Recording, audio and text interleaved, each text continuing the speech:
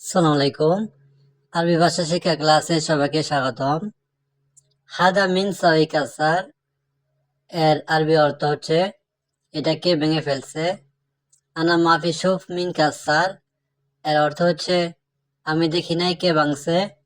লে চিন্তা জালান শব্দের অর্থ হচ্ছে কেন তুমি রাগ করছো। মিন শব্দের অর্থ হচ্ছে কে। কাসার শব্দের অর্থ হচ্ছে ভাঙা। আনা শব্দের অর্থ হচ্ছে আমি। ইনতা শব্দের অর্থ হচ্ছে তুমি। তো ভিউয়ার্স, যারা আমার চ্যানেলে নতুন, আমার চ্যানেলটা সাবস্ক্রাইব করবেন, লাইক করবেন, কমেন্ট করবেন, শেয়ার করবেন। তো চলুন মূল ভিডিওতে শুরু করি। হাদা মিন সাওয়ি কাসার এর অর্থ হচ্ছে এটাকে ভেঙে ফেলছে। হাদা হাদা শব্দের অর্থ হচ্ছে এটা। মিন মিন শব্দের অর্থ হচ্ছে কে।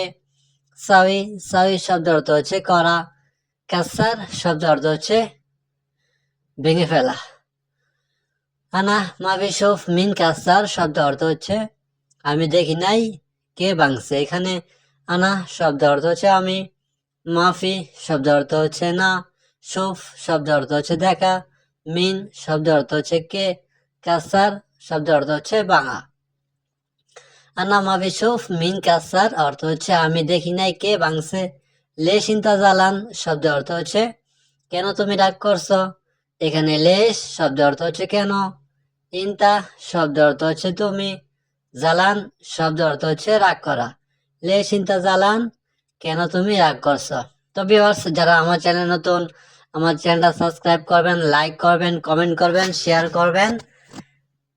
ধন্যবাদ সবাইকে। সালাম আলাইকুম।